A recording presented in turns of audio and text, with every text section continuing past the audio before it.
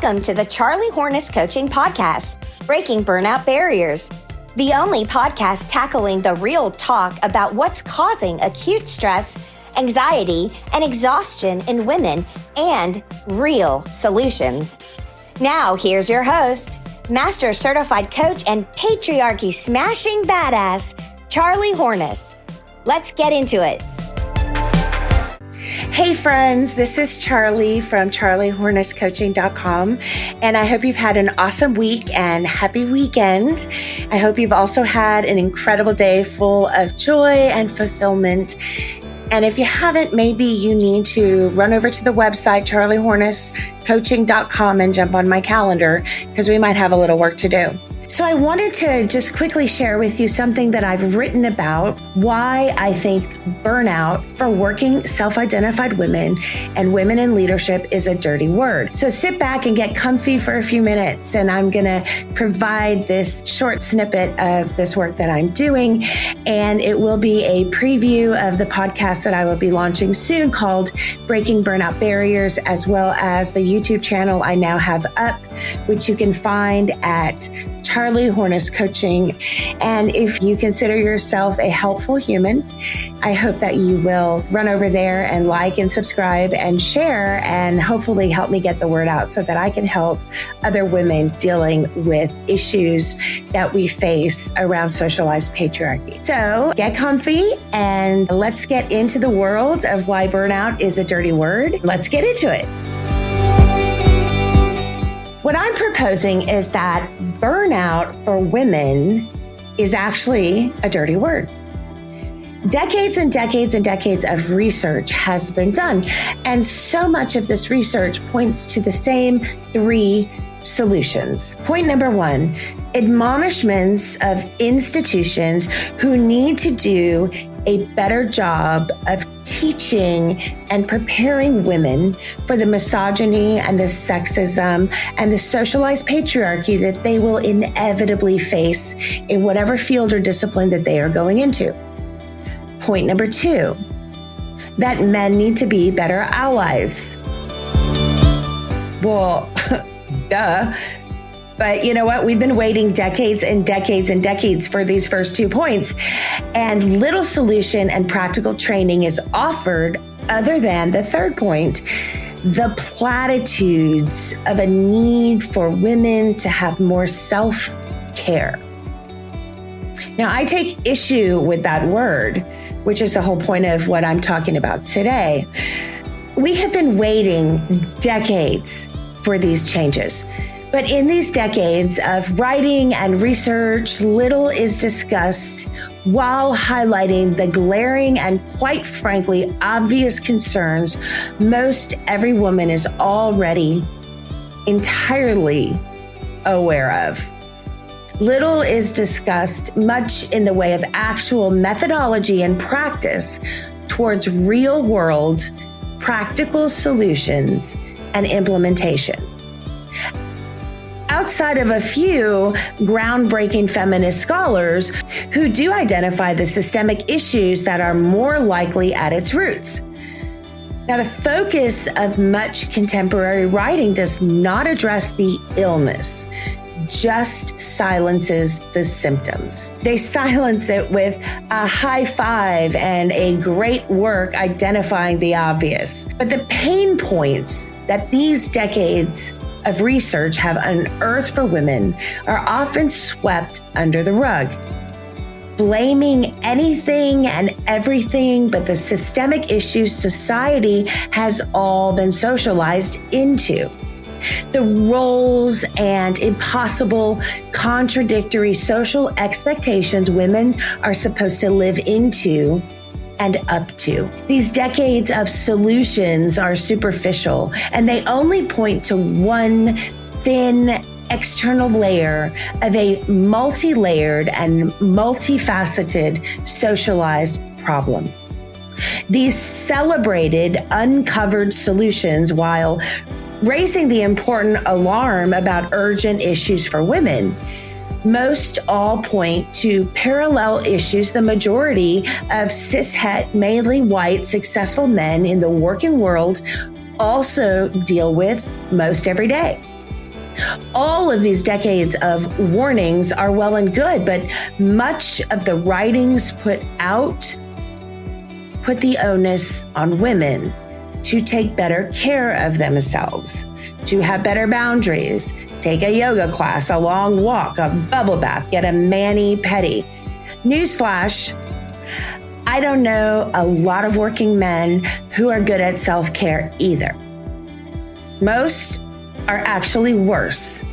Many are overworked to the neglect of their families and their fair share of running a household. And women generally are more adept to self-care because at least we, unlike our male colleagues, do try to fit it in when we can get away, even while often working the additional 4-hour second shift of running a household. Generalizing, of course, often what men face in the working world are circumstantial issues. They're external issues outside of who they are. The deal went south at work. A personality conflict, a bad boss or a coworker, unhappy shareholders, getting passed over for a promotion or a raise, office politics, and the like. You see, these are external circumstances happening outside and around who men are, outside of their being. And these studies take little into account the nuanced and enmeshed depth of the complex and insidious systemic stranglehold of patriarchy, sexism, misogyny, and the gender bias gap that precedes most self-identified women into the field or discipline, which they will inevitably face in some form or fashion. Now, these circumstances for women, they're not external. They are the types of circumstances that pierce the external layers of these surface outside issues that reside in our blood and our bones, reside in our marrow, our clenched teeth, and our bitten tongue. These both macro and micro aggressions live in our tendons, in the neurowiring of our brains, sometimes permanently changing it. And it takes deep root in our hearts and in our souls. For women, the pain points are much more complex than the platitudes so much of the research identifies as burnout. Now, we know in our guts something is the matter. We know it. We feel it in our nervous system, in our physiology. We feel it in our limbic system. This is not burnout. And it cannot be fixed with a yoga class, some bubble baths and nail polish, or playing more soccer with our kids, as much as that's amazing. It doesn't fix it. But often women, we can't identify what the problem is. What's the matter? And all of these self-help models of manifestation and of positive affirmation creates what Dr. Carolyn Leaf describes as a massive gap of cognitive dissonance and gaslighting. It's a gap between what women are told they should be doing, what they should be feeling, how they should be acting and reacting, against the realities of the system they ultimately are victims to, consciously or not. There's a lot of women that probably don't think they're victims, and I get that, and I support that. I just don't believe it. You see, my coach, Cara Lowenthal, she describes it as, quote, well, I can say anything that comes to my mind with human words. I can say, I am a lizard king who has come from space and I rule you all. I can think that, but I don't believe it. It's just gobbledygook in my brain. I can't say that I can jump out of a window and fly just because you manifest it, because gravity exists, end quote. So what she teaches me is that if it is not true and not believable, no matter how hard we try, we cannot manifest it into reality because we don't buy it in our brains. And these platitudes of manifesting and affirmations, they do a double violence to its victims. Women's very bodies are forced to endure the first violence of patriarchal systems that is so ingrained and socialized into the systemic oppression of women that most may not even be aware of it as the actual root cause of their preventable suffering. But violence is perpetrated nonetheless. And this first violence is followed by the double violence inflicted upon women's minds and bodies when told that if they would only do it right, get it right, stop being so sensitive, dramatic, get some thick skin, don't take things so personally, stop being so angry, they assume that women will figure it out and will conform and will do better. And if not, well, we just get brushed to the corner and we're told that we just can't hack it in the working world where women are expected to, as I shared last time, what Rosemary Ruther wrote 41 years ago, that women are to be liberated by becoming incorporated in and enabled to function like men in the public realm. When women are told to just jump and fly, the harsh reality hits them like pavement. Gravity exists. And the only analogy here that's appropriate is one of trauma and violence. Nothing else will suffice. And women often do begin to identify that they are in some kind of abusive system, whether it's emotional, verbal, psychological, spiritual, and sometimes physical. That they know there's a problem in their very being. They feel it. They are competent, talented, educated, beautiful children of God. They're experienced, they're brilliant women, but they are left entirely alone after this double violence, asking themselves, what did they do to deserve this? What did they get wrong? How could they have gotten it right? What is wrong with them? Well, here's the thing. There is nothing wrong with you. You are exceptionally amazing and exceptionally strange, just like everyone else in this world. You just happen to be female in a biased and normalized male world.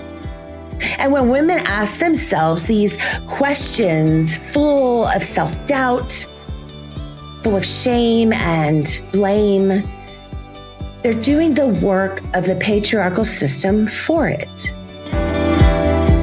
And when women say this to other women, they're doing the work of the patriarchal system for it. You beat yourself up better than anybody else could because that is what the system has taught you to do. I mean, this system is evil and ingenious, and it's wily in that way. It's as if women are forced through this proverbial minefield, and if you survive with all of your neurological appendages still attached to you started out with, you are still left feeling beaten up, battered, bullied, and brokenhearted because you had to endure it at all. But only then can you be inducted into the super secret club of survivors. Yeah, this is women's lives. Not all, but many. Steeped in gaslighting, contradictions, and cognitive dissonance, all wrestled into often unconscious submission. Friends, this is not burnout.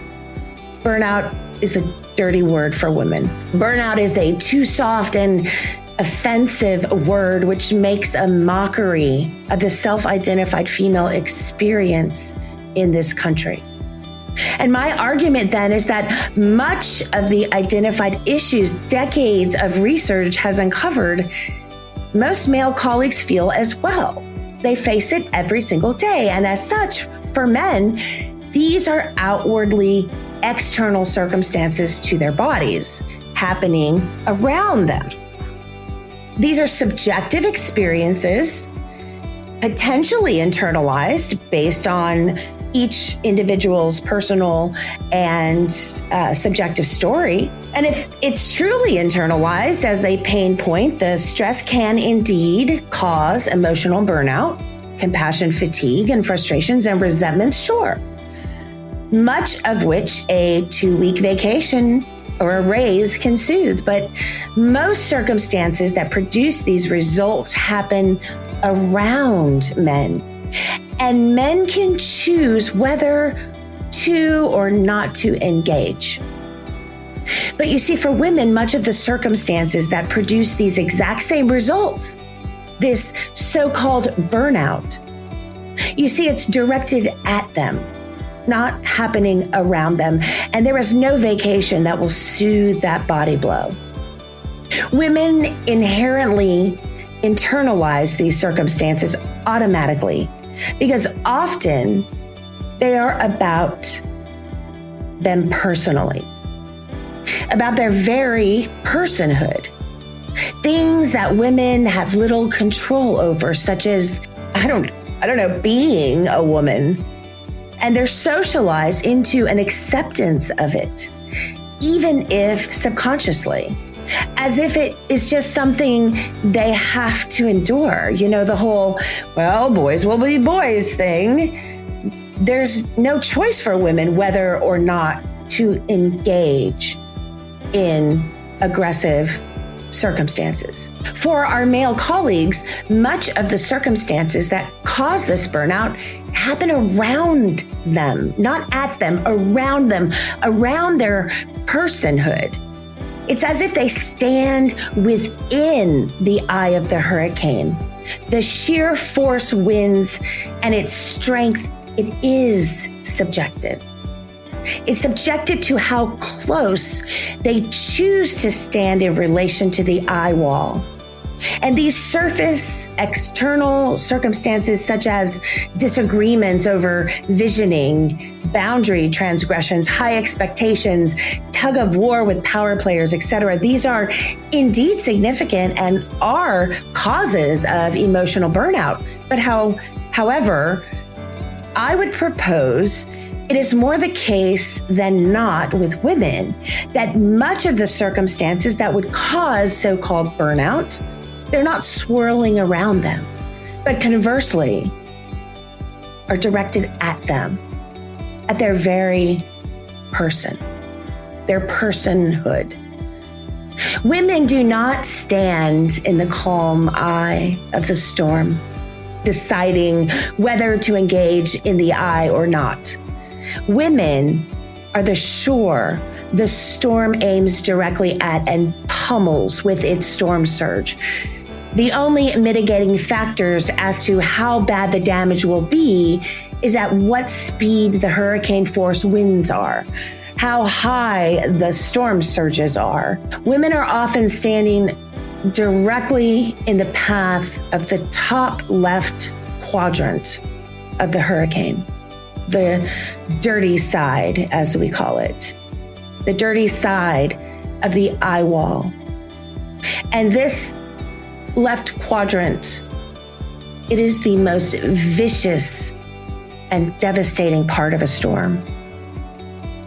And women often inherently internalize these significant circumstances they face because it is their very personhood which is the target of such attack. Women do not have the luxury to determine how impactful the winds lashing around them should be and whether they will step inside of it or not. Women are directly in the line of sight of the catastrophic brute force of landfall. There is nothing subjective about when the storm meets shore. And for women, there's nowhere to go when it hits. However, women are socialized to take the brunt force of such an impact, even if it's subconsciously. For women, often the issue of contention, they are often things women have little or no control over, such as outward appearance, about who we are, about our competence, our deserving of a position or an office women hold, all based on implicit gender bias.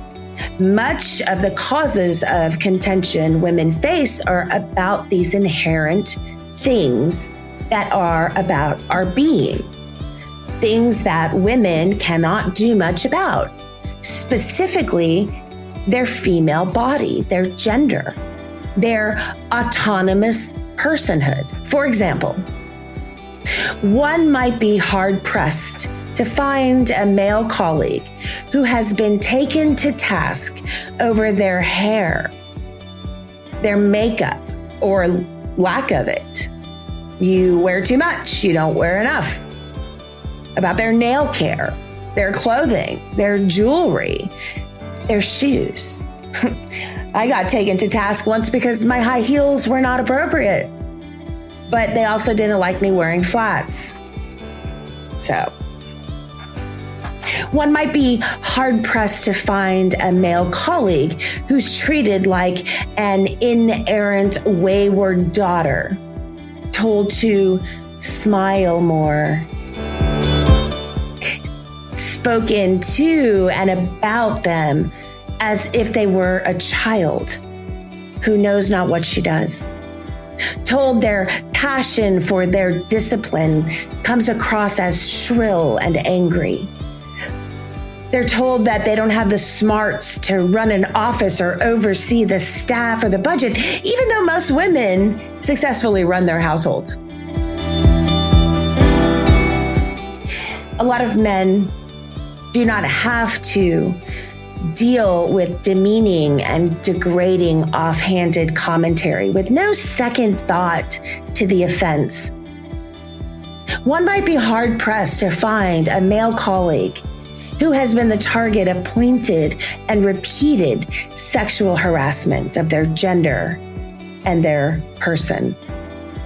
In fact, the only men that I personally am aware of that have had any issues around sexual harassment or misconduct are those that are inciting and perpetrating it. And I have personally known many professional men that I have worked with that are guilty of this. I don't know any of them that have been held accountable either.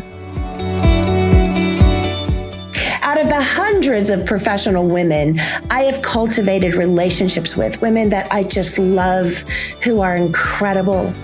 Out of these women, over the many years, not one has been accused of perpetrating any form of sexual misconduct or harassment of any kind. Sure, they're out there, but I personally have never met one, and I've never heard of one about someone I know. But most women may tell you that they have been significant recipients of sexual harassment or misconduct, especially when they share their stories off the record. All behavior of which men do not categorically have to endure, internalize, or accept as that's just life. Suck it up. Figure it out or you can't hack it. All of this is based on implicit gender bias gaps. There's nothing women can do or not do to prevent this often inevitable violence and collective trauma inflicted on all women in this country.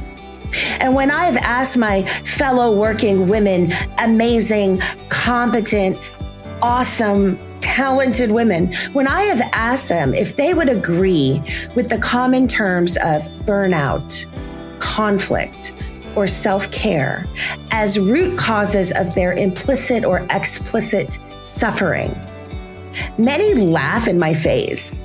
Many laugh and they say, rarely, Charlie, rarely. They offer words more appropriate instead. They offer words such as trauma, abuse, battle, despair, beaten down, degraded, harassed, belittled, sabotaged, targeted. And these are just to name a few. These words are closer to the truth, it seems, from the mouths of women, that women's bodies and brains endure every day out in this world and sometimes in their homes. These specific landmines women will inevitably hit are nearly across the board not new. Yet much of the talk of the difficulty is kept hidden as if it were some dirty little secret. Few seem willing to honestly and authentically talk about because I believe they don't feel it's safe. They don't feel it's a safe thing to talk about openly in shared spaces. So many women are suffering in silence. They have been socialized to equate their knowing something is systemically wrong with the world. They're feeling it in their very core, and yet in a multitude of ways, instead of excavating and digging down, instead they resign themselves to believing the platitudes of not hacking it, of not getting it right, of the shoulda, coulda, woulda, and the acceptance of defeat. Many are too embarrassed. They see themselves as a failure. They don't think they're going to get help. They think they're going to get blamed. They feel resentment and sometimes even hatred at this world, at what they cannot quite get their finger on, what they cannot quite identify, and they retreat into the shadows of silent despair, masked behind their well-practiced, their well-refined game face. So my hope in doing this work is that it will move the most common identified pain points that women suffer from every day, that drive women out of their fields, that steal their joy and their sense of fulfillment. So my hope is that from the work that I'm doing, and many are doing, is that I can help them move away from the hidden corners of phenomena and exceptions to the rule of abnormal in this normalized male world. That I can help interrupt the cycle of self-blame and self-condemnation. I hope that I can help dredge up the truth from the abyss of the epidemic of dirty little secret clubs, where common knowledge of this is not something that is new, that it is entombed. And my hope is that we can break forth into the brightness of the experience of our shared solutions rather than shared traumas, where the sunlight can rid us of the infestation of socialized patriarchy, our social systems, our institutions, and society itself is wrought with. And I believe that this starts by equipping our self-identified women in leadership about what is out there, about what everyone has already gone through, about what everybody knows is happening, and also let them know that there are solutions, that this stuff it's preventable suffering. And there are ways to find joy and fulfillment in our lives, truly. So anyway, that was on my mind. I wanted to share some of the writing with you, and thanks for listening. And I hope you have a beautiful evening. Find that joy. It's there and you deserve it. Wait, if you're listening this far, you're probably wrestling with significant issues women face every day that Charlie Hornis Coaching can help you with. If you're ready to transform your life, from preventable suffering into a life full of purpose, satisfaction, success, and joy, the coaching practice will help you with that. Are you ready to invest in the most important asset you can? Well, that asset is yourself. Everything you will learn in this coaching practice, you will carry on throughout your entire life, constantly increasing your success. How can you go wrong with that? Investing in yourself is the greatest investment you can make, where you will see the most important and fastest returns. And now is the perfect time, because 2024 is going to be the perfect year to finally take the steps you've been wanting to take towards massive transformation your whole life. Join our other students in creating the life you've always wanted for yourself. Schedule your initial consultation call at charliehorness.com and let the transformation you've been craving begin. So what are you waiting for? It's time to make the greatest investment of your life in yourself and in the life you've always dreamed of. So let's get started. Visit charliehornesscoaching.com today. We'll see you there.